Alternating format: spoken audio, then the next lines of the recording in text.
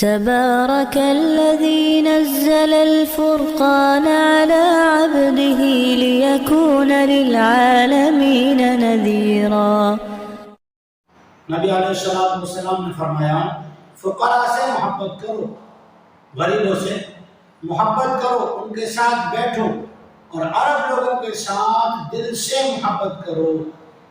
اور تمہیں تمہارے اپنے عیب، اپنے گناہ جو تمہارے اندر موجود ہے ان گناہوں کے بارے میں دوسروں کو طعنہ تشنیع نہ کرو۔ 3 باتیں اللہ کے نبی علیہ السلام نے فرمائی، فقراء سے محبت کرنا، ان کے ساتھ بیٹھنا تاکہ تکبر ٹوٹے،